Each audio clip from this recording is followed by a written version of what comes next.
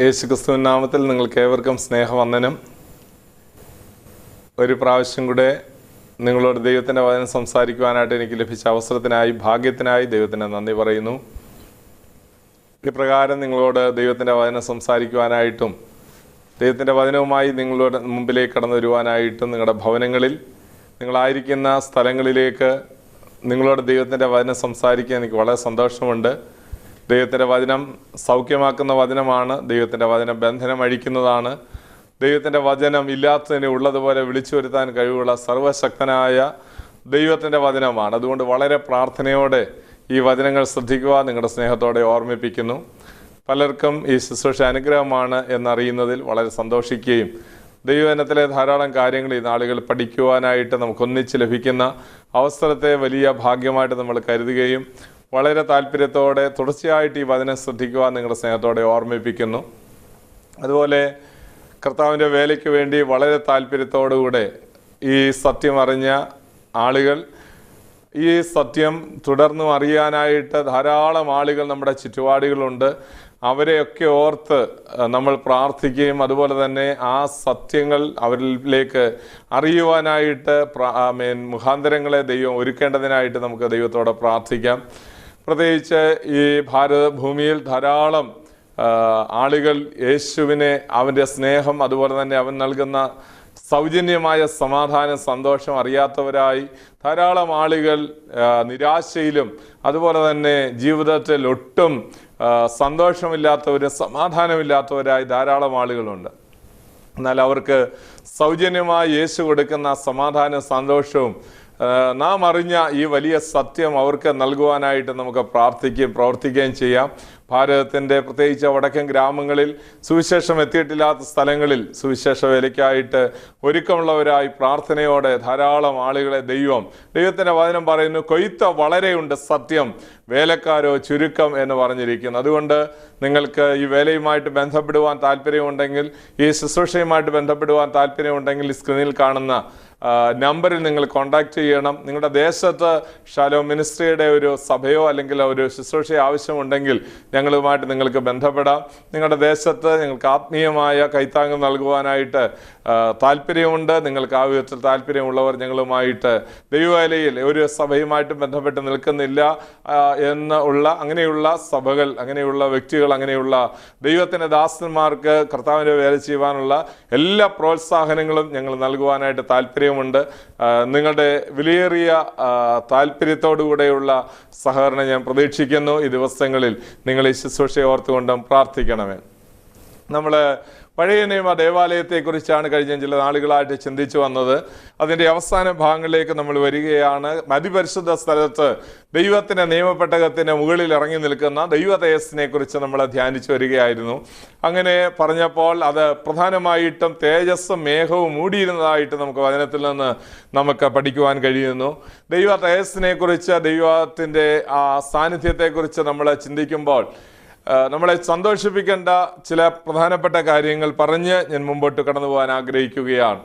നമ്മൾ ബൈബിളിലെ രണ്ടാമത്തെ പുസ്തകമായ പുറപ്പാട് പുസ്തകം അവസാനിച്ചിരിക്കുന്നത്, നമ്മൾ കഴിഞ്ഞ എപ്പിസോഡിൽ നമ്മൾ ചിന്തിക്കുകയുണ്ടായി, ദൈവ തേജസ് അവിടേക്ക് ഇറങ്ങി വന്നതായിട്ട് 40-ാം അധ്യായത്തിൽ നമുക്ക് വായിക്കുവാൻ കഴിയുന്നു. ഒരു വിധത്തിൽ പറഞ്ഞാൽ പുറപ്പാട് പുസ്തകം, വേദപുസ്തകത്തിലെ രണ്ടാമത്തെ പുസ്തകമായ പുറപ്പാട് പുസ്തകം അവസാനിക്കുന്നത് ദൈവ തേജസ്സിനെ അഥവാ ദൈവാത്മാവിനെ സംബന്ധിച്ച് പറഞ്ഞാണ് അവസാനിപ്പിച്ചിരിക്കുന്നത്. നമ്മളെ ഉൽപ്പത്തി പുസ്തകം 2-ാം വാക്യം ശ്രദ്ധിക്കുമ്പോഴും ആദിയിൽ വെള്ളത്തിന്മീതെ ദൈവത്തിൻ്റെ പരിശുദ്ധാത്മാവ് പരിവർത്തിച്ചുകൊണ്ടിരുന്നു എന്ന് കാണുവാനായിട്ട് കഴിയും. ഇതിൽ നിന്ന് നമ്മൾ എന്താണ് മനസ്സിലാക്കേണ്ടത്? ദൈവത്തിൻ്റെ പരിശുദ്ധാത്മാവ് തന്നെയാണ് ഈ പുസ്തകം രൂപപ്പെടുത്തി അല്ലെങ്കിൽ നമ്മുടെ കരങ്ങൾ തന്നിരിക്കുന്നത് എന്നുള്ളതിൻ്റെ ഏറ്റവും വലിയ തെളിവാണത്. ഉൽപ്പത്തി പുസ്തകം 1-ാം അധ്യായത്തിൻ്റെ 2-ാം വാക്യത്തിലും 2-ാം പുസ്തകമായ അതിൻ്റെ അവസാന വാക്യം അവസാനിക്കുമ്പോഴും, അതുപോലെ തന്നെ 2-ാം സങ്കീർത്തനങ്ങൾ 2-ാം പുസ്തകം അവസാനിക്കുന്നത്, അതായത് നമുക്ക് അറിയാം 72-ാം സങ്കീർത്തനത്തിലാണ്, 73-ാം സങ്കീർത്തനം മുതൽ 3-ാമത്തെ സങ്കീർത്തന പുസ്തകം തുടങ്ങിയാണ്. 5 പുസ്തകങ്ങളായിട്ട് തിരിച്ചിരിക്കുമ്പോൾ അതിൻ്റെ 2-ാമത്തെ ഭാഗം അവസാനിപ്പിക്കുന്നത് ദൈവത്തിൻ്റെ മഹത്വം കൊണ്ട് നിറയട്ടെ എന്ന് പറഞ്ഞാണ്, അഥവാ ദൈവത്തിൻ്റെ തേജസ്സിനെ കുറിച്ച് പറഞ്ഞാണ് പറഞ്ഞാണ്, ദൈവത്തിൻ്റെ ആത്മാവിനെ കുറിച്ച് പറഞ്ഞാണ് ആ വാക്യം അവസാനിപ്പിച്ചിരിക്കുന്നത് എന്നാണ് ഞാൻ പറഞ്ഞത്. അപ്പോൾ ഈ വിധത്തിൽ വളരെ പ്രാധാന്യം ദൈവ തേജസ്സിന് അല്ലെങ്കിൽ ദൈവാത്മാവിന് ഉണ്ട് എന്നുള്ളതാണ് നമ്മൾ ചിന്തിച്ചു വരുന്നത്. ഇനി നമ്മൾ പ്രധാനമായിട്ടും ഇതിനോടനുബന്ധിച്ച് ചിന്തിക്കുവാനായിട്ട് ആഗ്രഹിക്കുന്നത്, ദൈവത്തിൻ്റെ നിയമപ്പെട്ടകവുമായിട്ട് അല്ലെങ്കിൽ ബന്ധപ്പെട്ട് അത്രയും കാര്യങ്ങൾ നമ്മൾ പഠിച്ചു. എന്നാൽ ദേവാലയത്തിൻ്റെ ചുറ്റുപാടും പാളയം ഇറങ്ങുന്നതിനെ സംബന്ധിച്ച് ദൈവം ചില കാര്യങ്ങൾ പറഞ്ഞിരിക്കുന്നത് കാണുവാനായിട്ട് കഴിയുന്നു. നമ്മൾ സംഖ്യാപുസ്തകം 2-ാം അധ്യായം അതിൻ്റെ 17-ാം വാക്യത്തിലേക്ക് വരുമ്പോൾ അവർ പാളയം ഇറങ്ങേണ്ട കാര്യങ്ങളെ സംബന്ധിച്ച് അവിടെ പ്രതിപാദിച്ചിരിക്കുന്നത് കാണുവാൻ കഴിയുന്നു. നമ്മൾ ഇസ്രായേൽ മക്കൾ പാളയം ഇറങ്ങിയ ഓരോരോ സംഭവങ്ങൾ, ഓരോരോ കാര്യങ്ങൾ ശ്രദ്ധിക്കുമ്പോൾ അറിയാം, അവർ 42 സ്ഥലങ്ങളിൽ അവർ കൂടാരം അടിച്ച പാളയം ഇറങ്ങിയതായിട്ട് വചനത്തിൽ പഠിക്കുവാൻ കഴിയും. പുറപ്പാട് പുസ്തകം 13-ാം അധ്യായത്തിന്റെ 18-ാം വാക്യം വായിക്കുമ്പോൾ അവർ മിസ്രയീമിൽ നിന്ന് ഇറങ്ങി പുറപ്പെട്ടത് എങ്ങനെയായിരുന്നു? അവർ യുദ്ധസന്നദ്ധരായി പുറപ്പെട്ടു എന്ന് എഴുതിയിരിക്കുന്നു. നമ്മൾ അവിടെ കുഞ്ഞാടിന്റെ രക്തത്തിൽ മറിഞ്ഞവർ ഇറങ്ങുമ്പോൾ ആ കുഞ്ഞാടിന്റെ രക്തത്തിൽ മറിഞ്ഞിറങ്ങിയ ആളുകൾ മേഘത്തിന്റെ കീഴിലാണ് നടന്നു വന്നത് എന്ന് ഞാൻ നേരത്തെ ഓർമ്മിപ്പിക്കുകയുണ്ടായി. എന്നാൽ വീണ്ടും നമുക്ക് ആ ഭാഗം പരിശോധിക്കുമ്പോൾ അവർ ഇറങ്ങിയത് യുദ്ധസന്നദ്ധരായിട്ടായിരുന്നു. അവരടിമകളായി ആ ദേശത്ത് ജോലി ചെയ്തവരായിരുന്നെങ്കിലും അവർ ആ കുഞ്ഞാടിന്റെ രക്തത്തിൽ മറിഞ്ഞിരുന്നപ്പോൾ അവർ യുദ്ധസന്നദ്ധരായി പുറപ്പെട്ടു. അവരിതുവരെയും അവരാരും യുദ്ധം ചെയ്തവരല്ലായിരുന്നു, എന്നാൽ യുദ്ധസന്നദ്ധരായി പുറപ്പെട്ടു. അഥവാ ഒരു യുദ്ധത്തെ അഭിമുഖീകരിക്കാനുള്ള മനസ്ഥൈര്യത്തോടുകൂടെയാണ് അവർ പുറപ്പെട്ടത്. വിശ്വാസികളാകുന്ന ദൈവമക്കൾ ഓർക്കേണ്ടത്, വിശ്വാസ ജീവിതത്തിന്റെ ആരംഭ ദിവസം മുതൽ നമുക്കെല്ലാവർക്കും ഒരു പോരാട്ടമുണ്ട്. ദൈവത്തിന്റെ വചനം പറയുന്നു, നിങ്ങൾക്ക് പോരാട്ടമുള്ളത് ജഡരക്തങ്ങളോടല്ല, വാഴ്ചകളോട്, അധികാരങ്ങളോട്, സ്വർലോകങ്ങളിലെ ദുഷ്ടാത്മസേനയോട് പോരാട്ടമുണ്ട്. ഉള്ളിൽ ഹല്ലേലൂയ ജഡവും ആത്മാവും തമ്മിലുള്ള പോരാട്ടം. ആമേൻ. ലോകത്തിലുള്ള ഒരു മനുഷ്യനും നമുക്കെതിരെ പോരാടുകയില്ല. എന്നാൽ അവരുടെ പിന്നിലൂടെ വ്യാപരിക്കുന്ന സാത്താന്യ ശക്തികൾ നമുക്കെതിരെ പോരാടുവാൻ, ഒരു ആത്മീയന്റെ ജീവിതത്തിന് നേരെ പോരാടുവാനായിട്ടിടയായിത്തീരും. അതുകൊണ്ട് സർവായുധ വർഗം ധരിച്ചു കൊള്ളുവാനായി എഫെസ് ലേഖനം 6-ാം അധ്യായത്തിന്റെ 10-ാം വാക്യം മുതൽ നമുക്ക് കാണുവാനായിട്ട് കഴിയുന്നു. ഏകദേശം 6 ലക്ഷം പുരുഷന്മാരാണ് അവിടെ നിന്ന് യാത്ര വന്നത്. മൊത്തത്തിൽ ഏകദേശം 30 ലക്ഷം ആളുകൾ ഇസ്രായേൽ മക്കളുടെ കൂട്ടത്തിലുണ്ടായിരുന്നു. എന്നാൽ തിരുവചനം വളരെ വ്യക്തമായി പറയുന്നു, 6 ലക്ഷം ആളുകൾ പുരുഷന്മാരാണ്. അല്പം കൂടെ ലളിതമായി പറഞ്ഞാൽ 20 വയസ്സിന് മേൽ പ്രായമുള്ള എല്ലാ ആളുകളും നല്ല യുദ്ധസന്നദ്ധരായിട്ട് പുറപ്പെടുകയായിരുന്നു. കുഞ്ഞാടിന്റെ രക്തത്തിൽ മറയുന്ന ഏത് ദൈവത്തിന്റെ ജീവിതത്തിലും അവര് ഹല്ലേലൂയ പുറപ്പെടുമ്പോൾ അവർക്കൊരു പോരാട്ടമുണ്ട് എന്നാണ് ഞാൻ പറഞ്ഞു വന്നത്. 2 വർഷം തികഞ്ഞ് 1-ാം മാസം അല്ലെങ്കിൽ 3-ാം വർഷത്തിന്റെ ആദ്യത്തെ ദിവസമാണ് അവര് കൂടാരം അടിച്ചത് എന്ന സംഖ്യാപുസ്തകം 40-ാം അധ്യായം 17-18 വാക്യങ്ങൾ വായിക്കുമ്പോൾ കാണുവാനായിട്ട് കഴിയുന്നു. എന്നാൽ നമുക്കിവിടെ ശ്രദ്ധേയമായ കാര്യം, ഈ തിരുനിവാസം കൊണ്ടുവന്ന് ഈ ദേവാലയം കൊണ്ടുവന്ന് സ്ഥാപിച്ചതിന് ശേഷം അതിൻ്റെ ചുറ്റും പാളയം ഇറങ്ങിക്കിടക്കുവാനായിട്ട് ദൈവം പറഞ്ഞു. ഈ ഏകദേശം 10-30 ലക്ഷം ആളുകൾ ഉള്ളവരുടെ നടുവിൽ ദൈവം വന്ന് വസിക്കുകയാണ്. കൂടാരത്തിനകത്ത് ദൈവത്തിന്റെ സാന്നിധ്യം വരികയാണ്. കൂടാരത്തിനകത്ത് ദൈവം വന്ന് ഇറങ്ങുകയാണ്. കൂടാരത്തിനകത്ത് ദൈവ മഹത്വവും ദൈവ തേജസ്സും ദൈവത്തിന്റെ സാന്നിധ്യത്തിന്റെ മേഘവും എല്ലാം വന്ന് കിടക്കുമ്പോൾ അതിൻ്റെ ചുറ്റുപാടും വേണം ആളുകൾ പാളയം ഇറങ്ങി കിടക്കുവാൻ, അഥവാ പാളയം ഇറങ്ങി താമസിക്കുവാൻ. ഓരോരുത്തരും കൂടാരം കെട്ടി ഇതിൻ്റെ ചുറ്റുപാടും വേണം താമസിക്കുവാൻ. ഒരു വിധത്തിൽ പറഞ്ഞാൽ നമ്മളെ പുറപ്പാട് പുസ്തകം 25-ാം അധ്യായത്തിന്റെ 8-ാം വാക്യത്തിൽ ദൈവം അവർക്കൊരു ദേവാലയം കൊടുക്കുവാനായിട്ട് ആഗ്രഹിച്ചപ്പോൾ എന്താണ് പറഞ്ഞത്? ആദ്യത്തെ ദൈവത്തിന്റെ ഹൃദയത്തിലെ ആഗ്രഹം പറഞ്ഞു, ഞാൻ അവരുടെ നടുവിൽ വസിക്കേണ്ടതിന് ഒരു ആലയം ഉണ്ടാക്കുവാനായിട്ട് പറയുകയുണ്ടായി. അപ്പോൾ നമ്മൾ അതിൽ നിന്നൊരു കാര്യം പഠിക്കുക, ദൈവം നമ്മുടെ നടുവിൽ വന്ന് വസിക്കാൻ ആഗ്രഹിക്കുന്നു. നടുവിൽ എന്ന് പറയുമ്പോൾ അതിനകത്തൊരു പ്രാധാന്യമുണ്ട്, ഒരു ഇമ്പോർട്ടൻസ് ഉണ്ട്. ദൈവത്തിൻ്റെ സാന്നിധ്യം അവരുടെ നടുവിൽ ദൈവം അവരുടെ നടുവിൽ വസിക്കുവാനായിട്ട് ആഗ്രഹിച്ചു. പുതിയ നിയമത്തിൽ എന്താണ് ദൈവം പറയുന്നത്? കർത്താവ് എന്താണ് പറഞ്ഞത്? നമുക്ക് തിരുവചനം അറിയാം. ദൈവത്തിന്റെ വചനം പറയുന്നു, 2-3 പേർ എൻ്റെ നാമത്തിൽ കൂടി വരുന്നിടത്തൊക്കെയും ഞാൻ അവരുടെ നടുവിൽ വരാമെന്നല്ല, ഉണ്ട് എന്നാണ് പറഞ്ഞത്. ഞാൻ അവരുടെ നടുവിൽ ഉണ്ട്. യേശു ആമേൻ നമ്മുടെ നടുവിലുണ്ട്. ദൈവസഭയുടെ നടുവിൽ യേശു ഉണ്ട്. പഴയ നിയമത്തിലെ ആമേൻ ഇസ്രായേൽ മക്കളുടെ നടുവിൽ ദൈവം അന്നിറങ്ങിയെങ്കിൽ ഇതാ പുതിയ നിയമത്തിലേക്ക് വരുമ്പോൾ വെളിപ്പാട് പുസ്തകത്തിൽ 7 പൊൻനിലവിളക്കുകളുടെ നടുവിലൂടെ യേശു നടക്കുന്നതാണ് കാണാൻ കഴിയുന്നത്. മഹാപുരോഹിതനായ യേശു എന്തിനാണ് നടക്കുന്നത്? അവിടെ എവിടെയെങ്കിലും കരിന്തിരി എരിയുന്നുണ്ടെങ്കിൽ അതിനെയെല്ലാം കത്തിച്ച് കളഞ്ഞതിന് ശേഷം തിരിവലിച്ചിട്ട് വീണ്ടും കത്തിച്ചതിനെ ആളിക്കത്തിക്കാൻ വേണ്ടിയാണ് ദൈവം അത് അവൻ ചെയ്തിരിക്കുന്നത്. യേശു ക്രിസ്തു സഭയുടെ നടുവിലൂടെ നടക്കുന്നത് എന്നാണ് ഞാൻ പറഞ്ഞു വന്നത്. അപ്പോൾ നമുക്കിവിടെ ശ്രദ്ധേയമായ കാര്യം, വചനപ്രകാരം നമുക്ക് പഠിക്കുവാൻ കഴിയുന്ന അവരെല്ലാവരും ആമേൻ അവിടെ പാളയം ഇറങ്ങുമ്പോൾ അവരുടെ നടുവിൽ വന്ന് ദൈവം വസിക്കുവാനായിട്ട് ആഗ്രഹിക്കുന്നു. മത്തായിയുടെ സുവിശേഷം 18-ാം അധ്യായം 20-ാം വാക്യത്തിലാണ് നമുക്ക് കാണാൻ കഴിയുന്നത് അവരുടെ നടുവിൽ വന്ന് വസിക്കുന്ന. സംഖ്യാപുസ്തകം 2-ാം അധ്യായം അതിൻ്റെ 17-ാം വാക്യത്തിലേക്ക് വരുമ്പോൾ അവരുടെ നടുവിൽ വന്ന് ദൈവം വസിക്കുവാനായിട്ട് ആഗ്രഹിച്ചു.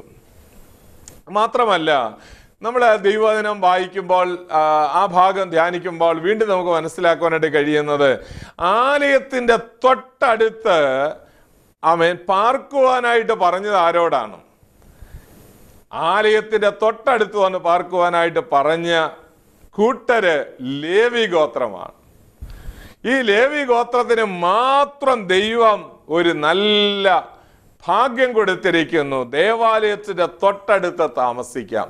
അതിന്റെ ബാക്കിയുള്ള 11 ഗോത്രക്കാരും ചുറ്റുപാടും പാർക്കുമ്പോൾ ദേവാലയത്തിന്റെ തൊട്ടടുത്തായിട്ട് പാർക്കുവാൻ അനുവാദം കൊടുത്ത ആളുകൾ ലേവ്യരായ ആളുകളാണ്. അവർ പാരമ്പര്യമായ ജന്മനാലെ അവർക്ക് ഈ ഭാഗ്യമുള്ളവരാണോ? ഒരിക്കലുമല്ല. അവർ ശരിക്കും പറഞ്ഞാൽ പിതാവായ യാക്കോവിന്റെ ശാപം കിട്ടിയ കൂട്ടരാണ്. നമ്മൾ ഉൽപ്പത്തി പുസ്തകം 49-ാം അധ്യായം അതിലെ 5-6 വാക്യങ്ങൾ വായിക്കുമ്പോൾ ലേവിയും ശിമിയോന് സഹോദരന്മാർ അവരുടെ മന്ത്രണത്തിൽ കൂടരുത്, അവരുടെ ആയുധങ്ങൾ സാഹസത്തിന്റെ ആയുധങ്ങൾ, എൻ മനമേ നീ അവരുടെ യോഗത്തിൽ ചേരരുത് എന്ന് പറഞ്ഞുകൊണ്ട് മരിക്കാൻ സമയമായപ്പോൾ മക്കളായ രൂബേനെയും ലേവിയെയും അതുപോലെ തന്നെ ശിമിയോനെയും ഒക്കെ യാക്കോബ് ശപിക്കുന്നത് കാണുവാൻ കഴിയും.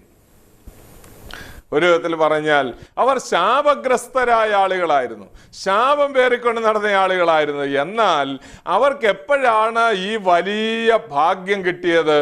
അവരെ ദൈവത്തോട് ഏറ്റവും ചേർത്തണച്ച് അവരോട് ചേർത്ത് നിർത്തുവാൻ ദൈവം എന്നാണ് പ്രസാദിച്ചത്. നമുക്ക് പുറപ്പാട് പുസ്തകം 32-ാം അധ്യായത്തിൽ ഒരു സംഭവം ചിത്രീകരിച്ചിരിക്കുന്നത് കാണുവാൻ കഴിയും. എല്ലാവരും കാളക്കുട്ടിയെ ആരാധിക്കുമ്പോൾ താഴ്വരയിലോട്ട് വന്നു നിന്നുകൊണ്ട് മോശെ ഒരു വിളി വിളിച്ചു, യഹോവയുടെ പക്ഷത്ത് നിൽക്കുന്നവൻ എൻ്റെ അടുക്കൽ വരട്ടെ എന്ന് വിളിക്കുകയുണ്ടായി. ആ പക്ഷത്തേക്ക് മാറി നിന്ന ആളുകളാണ് ലേവി ഗോത്രം എന്ന് പറയുന്നത്. അതുകൊണ്ട് നമുക്ക് വളരെ സന്തോഷം തരുന്ന ഒരു വസ്തുത, ലേവി ഗോത്രത്തെ ദൈവം പൗരോഹിത്യത്തിനായി വേർതിരിച്ച് ശുശ്രൂഷ ഏൽപ്പിക്കുകയായിരുന്നു. ആവർത്തന പുസ്തകം 10-ാം അധ്യായത്തിലേക്ക് വരുമ്പോൾ അക്കാലത്ത് 7-ാം വാക്യത്തിലാണെന്നാണ് എൻ്റെ ഓർമ്മ, അവിടെ പറയുന്നുണ്ട്, ആ കാലത്ത് ദൈവം ലേവിയെ യഹോവയുടെ നിയമപ്പെട്ടകം ചുമപ്പാനും അവന്റെ ശുശ്രൂഷയ്ക്കായും വേർതിരിച്ചു. അവന്റെ സഹോദരന്മാരോടുകൂടെ അവൻ അവകാശമില്ല, യഹോവ തന്നെ അവന്റെ അവകാശം എന്ന് പറഞ്ഞിരിക്കുന്നു. അപ്പോൾ നമ്മൾ ഇവിടെ നിന്ന് ശ്രദ്ധിക്കേണ്ട ഒരു കാര്യം, ദൈവത്തോട് ഏറ്റവും അടുത്ത് നിൽക്കാനുള്ള ഒരു ഭാഗ്യം ഇതാ ലേവി ഗോത്രത്തിന് കിട്ടിയിരിക്കുന്നു. നമ്മുടെയൊക്കെ ജീവിതത്തിൽ ദൈവത്തോട് അടുത്ത് വരാനുള്ള ഭാഗ്യം എന്നാണ് കിട്ടിയത്? നമ്മൾ ദൈവത്തിന്റെ കൽപ്പന അനുസരിച്ച ദിവസത്തിൽ, ദൈവത്തിന്റെ പക്ഷത്തേക്ക് മാറി നിൽക്കാം എന്ന് പറഞ്ഞ ദിവസത്തിൽ ദൈവത്തിന്റെ വചനം പറയുന്നു, നിങ്ങളോ അന്ധകാരത്തിൽ നിന്ന് തന്റെ അത്ഭുത പ്രകാശത്തിലേക്ക് വിളിച്ചവന്റെ സൽഗുണങ്ങളെ ഘോഷിപ്പാൻ തക്കവണ്ണം തിരഞ്ഞെടുക്കപ്പെട്ട ഒരു ജാതിയും രാജകീയ പുരോഹിത വർഗമായി, വിശുദ്ധ വംശമായി, സ്വന്തം ജനമായി മാറിയിരിക്കുന്നു. എത്രയോ വലിയ ഭാഗ്യമാണ് നമുക്ക് കിട്ടിയിരിക്കുന്നത്. ദൈവത്തിൻ്റെ അടുത്തേക്ക് വന്ന് പാർക്കുവാൻ, ദൈവത്തിൻ്റെ ആലയത്തിൻ്റെ തൊട്ടടുത്ത് പാർക്കുവാനുള്ള വലിയ ഭാഗ്യം നമുക്ക് ലഭിച്ചിരിക്കുന്നു. അതൊരു വലിയ അനുഗ്രഹമായി നമ്മൾ കരുതണം. നമ്മൾ സംഖ്യാപുസ്തകം 3-ാം അധ്യായത്തിലേക്ക് വരുമ്പോൾ, അതിന് 38-ാം വാക്യത്തിലേക്ക് വരുമ്പോൾ വളരെ പ്രധാനമായൊരു കാര്യം, മോശയോടും അഹരോനോടും അവരുടെ സന്തതികളോടും ദൈവം പറഞ്ഞൊരു കാര്യം, ദേവാലയത്തിൻ്റെ തൊട്ട് കിഴക്കേ ഭാഗത്ത് പാർക്കുവാനായിട്ട് പറഞ്ഞു. നമ്മൾ ആ ഭാഗം 23-ാം വാക്യം വായിക്കുമ്പോൾ, പടിഞ്ഞാറ് ഗർശന്യർ പാർക്കുവാനായിട്ട് പറഞ്ഞു, തെക്ക് ഖഹാത്യർ പാർക്കുവാനായിട്ട് പറഞ്ഞു. 35-ാം വാക്യത്തിലേക്ക് വരുമ്പോൾ വടക്ക് മെരാരിയർ പാർക്കുവാനായിട്ട് പറഞ്ഞു. ലേവി ഗോത്രത്തിൽ തന്നെയുള്ള ഓരോരോ ശുശ്രൂഷകൾ ചെയ്യുന്ന ദൈവത്തിൻ്റെ മക്കളെ ദൈവം ഓരോരോ ശുശ്രൂഷ ഏൽപ്പിച്ചുകൊണ്ട് ദേവാലയത്തിൻ്റെ തൊട്ടടുത്ത് താമസിക്കുവാനായിട്ട് പറഞ്ഞു. എന്നാൽ ഇവിടെ നമുക്ക് മറ്റൊരു കാര്യം, ശ്രദ്ധേയമായൊരു കാര്യമുണ്ട്. ദൈവം മോശയോടും അഹരോനോടും പറഞ്ഞ ഒരു കാര്യം, അവരോട് പറഞ്ഞു, നിങ്ങൾ ദേവാലയത്തിൻ്റെ അടുത്ത് താമസിക്കുമ്പോൾ ജനത്തിൻ്റെയും ദേവാലയത്തിൻ്റെയും ഇടയിൽ താമസിക്കാൻ പറഞ്ഞു, മധ്യേ വസിക്കുവാനായിട്ട് പറഞ്ഞു. നമ്മളിവിടെ ശ്രദ്ധിക്കേണ്ട ഒരു കാര്യം, ദേവാലയത്തിൻ്റെ അഥവാ ദൈവത്തിൻ്റെയും ജനത്തിൻ്റെയും മധ്യേ ആരാണ് വസിക്കുന്നത്? മോശയും അഹരോനും ലേവ്യരുമാണ്. നമ്മളെ വളരെ ചിന്തിപ്പിക്കേണ്ട ഒരു ഭാഗം അതിനകത്തുണ്ട്. മധ്യ എന്നുള്ള ഒരു ഒറ്റ വാക്കിനകത്ത് പരിശുദ്ധാത്മാവ് നമുക്ക് വലിയ ആഴമേറിയ സത്യങ്ങളാണ് അതിനകത്ത് വെളിപ്പെടുത്തി തന്നിരിക്കുന്നത്. അതെന്താണ്? ദൈവത്തിൻ്റെയും ജനത്തിൻ്റെയും മധ്യേ വസിക്കുക. സംഖ്യാപുസ്തകം 1-ാം അധ്യായത്തിന്റെ 53-ാം വാക്യത്തിൽ പറയുന്നു, ക്രോധം ഉണ്ടാകാതിരിപ്പാൻ എന്നാണ് അവിടെ പറഞ്ഞിരിക്കുന്നത്. ക്രോധം ഉണ്ടാകാതിരിപ്പാൻ നിങ്ങൾ അവനെ മധ്യേ വസിക്കുക. അപ്പൊ നമുക്ക് വളരെ സന്തോഷം തരുന്ന ഒരു കാര്യം, ദൈവത്തോട് ഏറ്റവും അടുത്ത് നിൽക്കുന്നവർക്ക് ഒരു വലിയ ഡ്യൂട്ടി കൂടെ ദൈവം കൊടുത്തിരിക്കുന്നു. എന്താണ്? ദൈവം പറയുന്ന ഒരു കാര്യം, ജനത്തിന്റെ ഇടയിലോട്ട് ക്രോധം ഉണ്ടാകാതിരിക്കുവാൻ, ബാധയുണ്ടാകാതിരിക്കുവാൻ നിങ്ങൾ ഇടിവിൽ നിൽക്കണമെന്നാണ് പറയുന്നത്. രക്ഷിക്കപ്പെട്ടവരും സ്നാനപ്പെട്ടവരും പരിശുദ്ധാത്മാവിന് നിറവിൽ നിൽക്കുന്നവരും ദൈവസഭയിലുള്ളവരും ആയുള്ളവരെ, ഞാൻ ഒരു കാര്യം നിങ്ങളോട് പറയാം, നിങ്ങൾ ദൈവത്തോട് ഏറ്റവും അടുത്ത് നിൽക്കുമ്പോൾ ജനത്തിന്റെ ഇടയിൽ ബാധയുണ്ടാകാതിരിക്കുവാൻ, ആ ഇടിവിൽ നിൽക്കുവാനായിട്ടാണ് ദൈവം നമ്മളെ വിളിച്ചിരിക്കുന്നത്. ദൈവം നമ്മളെ വേർതിരിച്ചിരിക്കുന്നത് അതിനു വേണ്ടിയാണ്. ഓരോ ദൈവവൈതലും ദൈവത്തിന്റെ സന്നിധിയിൽ മറ്റുള്ളവർക്കായി ഇടിവിൽ നിന്ന് പ്രാർത്ഥിക്കുവാനുള്ളവരാണ്. വിശേഷാൽ രാജാക്കന്മാർക്ക് വേണ്ടി, ലോകത്തിലുള്ള നേതാക്കന്മാർക്ക് വേണ്ടി പ്രാർത്ഥിക്കുവാൻ, ലോകത്തിൽ ഹല്ലേലൂയ ബാധയുണ്ടാകാതിരിക്കുവാൻ, ലോകത്തിൽ അനർത്ഥങ്ങൾ ഉണ്ടാകാതിരിക്കുവാൻ, ലോകത്തിൽ ദൈവത്തിന്റെ ക്രോധം പടരാതിരിക്കുവാൻ, ഇടിവിൽ നിൽക്കുവാനാണ് ലേവ്യരെ ദൈവം വിളിച്ചിരിക്കുന്നത്. നമ്മളെ രാജകീയ പുരോഹിത വർഗമാക്കി ദൈവം വിളിച്ചിരിക്കുമ്പോൾ, വെളിപ്പാട് പുസ്തകം 1-ാം അധ്യായത്തിന്റെ 6-ാം വാക്യത്തിലേക്ക് വരുമ്പോൾ അവിടെ വായിക്കുന്നു, അവൻ നമ്മെ രാജ്യവും പുരോഹിതന്മാരുമാക്കി മാറ്റിയിരിക്കുന്നു എന്ന് കാണുവാനായിട്ട് കഴിയുന്നു. അതുകൊണ്ട് നമ്മൾ അവന്റെ സന്നിധിയിൽ ഒരാത്മീയ യാഗം കഴിക്കുവാനായിട്ട് പുരോഹിത വർഗമായി നമ്മളെ പണിയപ്പെടുന്നു എന്ന് അവിടെ കാണുവാൻ കഴിയുന്നു. ആത്മീയ ഗ്രഹം ദൈവം പണിയുമ്പോൾ അതിലെ പുരോഹിതന്മാരാണ്, ദൈവസഭയിലെ പുരോഹിതന്മാരായി ദൈവം പുതിയ നിയമത്തിൽ 1 പത്രോസ് 2-ാം അധ്യായത്തിന്റെ 5-ാം വാക്യം മുതൽ നമുക്ക് കാണുവാനായിട്ട് കഴിയുന്നുണ്ട്. നിങ്ങളും അവന്റെ അടുക്കൽ ജീവനുള്ള കല്ലുകൾ എന്ന പോലെ വന്നിട്ട് ആത്മീയ ഗ്രഹമായി പണിയപ്പെടുന്നു. എന്നാൽ അതിലുപരിയായി ദൈവം നമ്മളെ കണ്ടിരിക്കുന്നത് ആത്മീയ യാഗം കഴിക്കുവാൻ വേണ്ടിയുള്ള പുരോഹിതന്മാരായിരിക്കുന്നു എന്നാണ് ഞാൻ പറഞ്ഞു വന്നത്. അതുകൊണ്ട് യെഹെസ്കേൽ പ്രവചനം 22-ാം അധ്യായത്തിന്റെ 30-ാം വാക്യം, എസ്കേൽ ചാപ്റ്റർ 22 വേഴ്സ് 30, അവിടെ നമുക്ക് കാണുവാൻ കഴിയുന്നത് ദൈവം നോക്കുകയാണ്. ആരെ നോക്കുന്നു?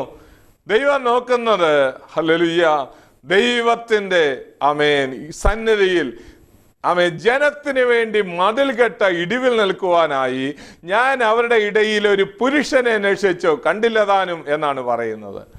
ദൈവം പറയുന്നു, ഞാൻ അവരുടെ ഇടയിൽ മതിൽ കെട്ടി ഇടിവിൽ നിൽക്കുവാനായിട്ട് പ്രാർത്ഥനയുടെ, ആരാധനയുടെ, സ്തോത്രത്തിന്റെ, പക്ഷപാതത്തിന്റെ ഒക്കെ മുകളിലോട്ട് കെട്ടിയിട്ട് ജനത്തെ സംരക്ഷിച്ച് നിർത്താനായിട്ട് അവരുടെ ഇടയിൽ ഒരു പുരുഷനെ അന്വേഷിച്ചു, കണ്ടില്ല. നമ്മൾ ദൈവവചനം വായിക്കുമ്പോൾ മനസ്സിലാക്കാൻ കഴിയും, ദൈവം രാവോ പകലോ ഹല്ലേലൂയ എന്ന് ഓർക്കാതെ കാഹളം ഊതുവാനായി കാവൽക്കാരെ മതിലിന്മേലാക്കിയിരിക്കുന്നു. അല്ലയോ സഹോദരി, ദൈവം നിന്നെക്കുറിച്ച് ആഗ്രഹിക്കുന്ന കാര്യം, ദേശത്തൊരനർത്ഥം വരാൻ പോകുമ്പോൾ അതിനു മുൻപേ കാഹളം ഊതുവാൻ, അഥവാ ദൈവത്തിന്റെ സന്നിധിയിലേക്ക് നമ്മുടെ പ്രാർത്ഥനകൾ ദൈവസന്നിധിയിലേക്ക് ഉയരണമെന്ന് ദൈവം ആഗ്രഹിക്കുന്നുണ്ട്. നമുക്ക് അബ്രഹാമിന്റെ കാര്യം പരിശോധിക്കുമ്പോൾ മനസ്സിലാക്കുവാൻ കഴിയും. ഉൽപ്പത്തി പുസ്തകം 18-ാം അധ്യായത്തിലേക്ക് വരുമ്പോൾ 22-ാം വാക്യത്തിൽ അവൻ യഹോവയുടെ സന്നിധിയിൽ നിന്നു എന്ന് കാണുവാൻ കഴിയുന്നു. അവൻ യഹോവയുടെ സന്നിധിയിൽ നിന്നു എന്നാണ് പറഞ്ഞിരിക്കുന്നത്. അപ്പോൾ നമ്മളും ദൈവസന്നിധിയിൽ നിൽക്കേണ്ടതായിട്ടുണ്ട്. അബ്രഹാം ലോത്തിന് വേണ്ടിയാണ് പക്ഷപാതം ചെയ്യുന്നത്. അവൻ പക്ഷപാതം ചെയ്ത ആ ഭാഗം നിങ്ങളൊന്ന് വായിച്ചു നോക്കണം. ഉൽപ്പത്തി പുസ്തകം 18-ാം അധ്യായത്തിന്റെ 16 മുതലുള്ള വാക്യങ്ങളിൽ നമുക്ക് കാണുവാൻ കഴിയുന്നു. അവൻ യഹോവയുടെ സന്നിധിയിൽ 22-ാം വാക്യത്തിൽ പറയുന്നു, അവൻ യഹോവയുടെ സന്നിധിയിൽ നിന്നു. നമ്മൾ ദൈവസന്നിധിയിൽ നിൽക്കണം. ആർക്ക് വേണ്ടി നിൽക്കണം? സഹോദരങ്ങൾക്ക് വേണ്ടി നിൽക്കണം. ആമേൻ. രക്ഷിക്കപ്പെടാത്തവർക്ക് വേണ്ടി നിൽക്കണം. ആമേൻ. ദൈവത്തെ അനുസരിക്കാതെ ദൈവ വഴിയിൽ നടക്കാത്തവർക്ക് വേണ്ടി ഇടിവിൽ നിന്ന് പ്രാർത്ഥിച്ചാൽ നിശ്ചയമായും ദൈവം അവരെ ആ വഴിയിലേക്ക് കൊണ്ടുവരുവാൻ ഇടയായിത്തീരും. ദൈവത്തിന് സ്തോത്രം. ദൈവത്തിന്റെ സന്നിധിയിൽ നിന്നുകൊണ്ട് അബ്രഹാം നിലവിളിച്ച് കരഞ്ഞു പറയുകയാണ്, ദൈവമേ, 50 നീതിമാന്മാരുണ്ടെങ്കിൽ നീ ആ ദേശത്ത് തീ ഇറക്കരുത്. 50 നീതിമാന്മാരെ കണ്ടാൽ ദൈവം പറഞ്ഞു ഓക്കെ. അപ്പോൾ വീണ്ടും ദൈവദാസൻ അവരോട് പക്ഷപാതം ചെയ്ത് പറയുകയാണ്, ദൈവമേ, 5 കുറഞ്ഞു പോയാലോ, 45 ആയാലോ? ദൈവം പറഞ്ഞു, ഇല്ല, 45 പേരുണ്ടെങ്കിൽ ഞാൻ അതിനെ നശിപ്പിക്കുകയില്ല. ദൈവദാസന് വീണ്ടും ദൈവത്തിന്റെ കാല് പിടിച്ച് പറയുകയാണ്, ദൈവമേ, ഞാൻ അങ്ങോട്ട് സംസാരിക്കാൻ തിരിഞ്ഞു പോയി, 40 പേരായാലോ, 10 പേർ കുറഞ്ഞു പോയാൽ? ദൈവം പറഞ്ഞു, ഇല്ല. ദൈവം പറഞ്ഞു, ദൈവത്തോട് പറയുകയാണ്. വീണ്ടും പക്ഷപാതം ചെയ്യുമ്പോൾ ദൈവത്തോട് പറയുന്നു, ഒരു 30 പേരായാലോ ആ പട്ടണത്തിന് മേൽ ദൈവം ന്യായവിധി അയക്കത്തില്ല എന്നാണ് പറഞ്ഞത്. വീണ്ടും ദൈവത്തിന്റെ സന്നിധിയിൽ ഇടിവിൽ നിൽക്കുമ്പോൾ 20 പേരായാലോ എന്ന് ദൈവത്തോട് ചോദിക്കുമ്പോൾ ദൈവം പറയുകയാണ്, 20 പേരായാൽ ഞാൻ ആ പട്ടണത്തെ നശിപ്പിക്കത്തില്ല. ഏറ്റവും അവസാനം നമുക്കറിയാം, 10 പേരെങ്കിലും ഉണ്ടെങ്കിൽ ആ ദേശത്തെ നശിപ്പിക്കരുത് എന്ന് ദൈവത്തോട് വാദിക്കുമ്പോൾ ദൈവം പറഞ്ഞു, ഇല്ല, 10 പേരെങ്കിലും അവിടെ ന്യായമായിട്ട് നീതിയായിട്ട് ജീവിക്കുന്നവരുണ്ടെങ്കിൽ ഞാൻ ആ പട്ടണത്തെ നശിപ്പിക്കുകയില്ല എന്ന് ദൈവം പറഞ്ഞു. നമുക്കിവിടെ ശ്രദ്ധേയമായ കാര്യം, ദൈവത്തിന്റെ സന്നിധിയിൽ ഹൃദയവേദനയോടെ ആ ജനം നഷ്ടപ്പെട്ടു പോകുന്നത് കാണുമ്പോൾ ആമേൻ ഹല്ലേലൂയ, ഹൃദയം വേദനിക്കുന്ന തൻ്റെ സഹോദരനായ ലോത്തിന് വേണ്ടി ഇടിവിൽ നിൽക്കുന്ന, ആമേൻ, തനിക്ക് ദോഷം ചെയ്ത, തൻ്റെ സമ്പത്തുകളൊക്കെ അപഹരിച്ചു കൊണ്ടുപോയ ലോത്തിന് വേണ്ടി ഇടിവിൽ നിൽക്കുന്ന ഒരു അബ്രഹാമിനെ നമുക്ക് പഴയ നിയമത്തിൽ കാണാൻ കഴിയുന്നു. പുതിയ നിയമത്തിൽ അതിനേക്കാൾ എത്രയോ ശ്രേഷ്ഠമായ ഒരു കാര്യമാണ് നമുക്ക് ദൈവം തന്നിരിക്കുന്നത്. ആമേൻ. വചനം പറയുന്നു, ഹല്ലേലൂയ, നിങ്ങളെ ഉപദ്രവിക്കുന്നവർക്ക് വേണ്ടി പ്രാർത്ഥിപ്പീൻ, നിങ്ങളുടെ ശത്രു നിങ്ങൾക്ക് വിശക്കുന്നുവെങ്കിൽ അവന് തിന്മാൻ കൊടുപ്പീൻ എന്ന് പറഞ്ഞിരിക്കുന്നു. അതുകൊണ്ട് ആമേൻ, ദൈവത്തോട് പക്ഷപാതം ചെയ്യുന്ന ഒരു അനുഭവം, ഏറ്റവും നല്ല ഒരു പക്ഷപാതക്കാരനായിട്ട് നമുക്ക്, അല്ലെങ്കിൽ ഒരു ഇന്റർസീഡിങ് സ്പിരിറ്റുള്ള ഒരു മനുഷ്യനെ നമുക്ക് മോശയിൽ കാണുവാനായിട്ട് കഴിയും. അഥവാ അവൻ്റെ സ്വന്തം സഹോദരനായ 3 വയസ്സ് മാത്രം കൂടുതൽ പ്രായമുള്ള ആ ദൈവദാസൻ മരിച്ചു പോകേണ്ടതായിരുന്നു. കാരണം ദൈവത്തോട് പാപം ചെയ്തവൻ്റെ പേര് ഞാൻ ജീവന്റെ പുസ്തകത്തിൽ നിന്ന് മായ്ച്ചു കളയെന്ന് പറഞ്ഞാൽ ആ ദൈവത്തിൻ്റെ ജീവപുസ്തകത്തിൽ, അല്ലെങ്കിൽ ലോകത്തിൽ ജീവിച്ചിരിക്കുന്ന ആളുകളുടെ എല്ലാം പേരെഴുതുന്ന പുസ്തകത്തിൽ നിന്ന് അവൻ്റെ പേര് മായ്ച്ചു കളഞ്ഞേനെ. പക്ഷേ അവന് വേണ്ടി ദൈവദാസനായ മോശ ഇടിവിൽ നിന്ന് പ്രാർത്ഥിക്കുകയാണ്. 106-ാം സങ്കീർത്തനം അതിൻ്റെ 23-ാം വാക്യത്തിൽ കാണാൻ കഴിയുന്നുണ്ട്, എൻ്റെ വൃതൻ പിളർപ്പിൽ നിന്നില്ലായിരുന്നു എങ്കിൽ എന്നൊരു വാക്ക് കാണാൻ കഴിയുന്നുണ്ട്. ദൈവത്തിന് സ്തോത്രം. ആ പിളർപ്പിൽ നിൽക്കുക എന്ന് പറഞ്ഞാൽ അതിൻ്റെ അർത്ഥം ഹല്ലേലൂയ, പ്രീസ്റ്റ് എന്ന വാക്കിൻ്റെ അർത്ഥം തന്നെ ദ ബ്രിഡ്ജ് ബിൽഡർ എന്നാണ്, പാലം പണിയുന്നവൻ എന്നാണ്. അങ്ങനെയാണെങ്കിൽ ദൈവം ആമേൻ ഹല്ലേലൂയ കോപിച്ച് അഹരോനെ ഛേദിച്ചു കളയാനായി തുടങ്ങുമ്പോൾ അവൻ്റെ സഹോദരനായ അഹരോൻ അവന് വേണ്ടി ഇടിവിൽ നിൽക്കുകയാണ്. അല്ലയോ മാതാവേ, മക്കൾക്ക് വേണ്ടി ഇടിവിൽ നിന്ന് കരയാം. ആമേൻ. ഭർത്താവിന് വേണ്ടി ഇടിവിൽ നിന്ന് കരയാം. അല്ലയോ ഹല്ലേലൂയ.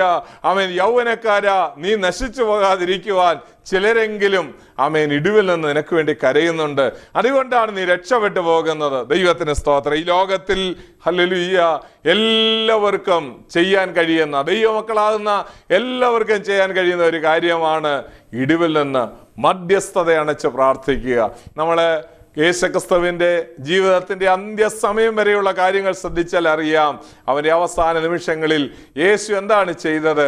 ഗത്സമന തോട്ടത്തിൽ പ്രാർത്ഥിക്കുകയായിരുന്നു, ഇടിവിൽ നിന്ന് പ്രാർത്ഥിക്കുകയായിരുന്നു. കുരിശിൽ കിടക്കുമ്പോൾ അവൻ മധ്യസ്ഥ അണച്ച് പ്രാർത്ഥിക്കുക, ദൈവമേ, ഇവർ ചെയ്യുന്നത് ഇന്നതെന്നറിയായകൊണ്ട് ഇവരോട് ക്ഷമിക്കണമേ. മാത്രമല്ല വീണ്ടും അവൻ പ്രാർത്ഥിച്ചു, കുരിശിൽ കിടന്ന് കള്ളന്മാർക്ക് വേണ്ടി പ്രാർത്ഥിച്ചു. ഇനിയും അവൻ മരിച്ച് ഭൂമിയിൽ നിന്ന് സ്വർഗാരോഹണം ചെയ്തു കഴിഞ്ഞു. സ്വർഗത്തിലും ഇന്ന് എന്താണ് യേശു ചെയ്യുന്നത് നമുക്കറിയാം. ദൈവവചനം പറയുന്നു, ദൈവത്തിന്റെ വലത്ത് ഭാഗത്ത് എനിക്ക് നിങ്ങൾക്കും വേണ്ടി അവൻ പക്ഷവാദം ചെയ്യുന്നു. പക്ഷവാദം ചെയ്യുന്ന ശ്രേഷ്ഠനാം ആചാര്യനായി അവൻ ഉയരത്തിലുണ്ട്.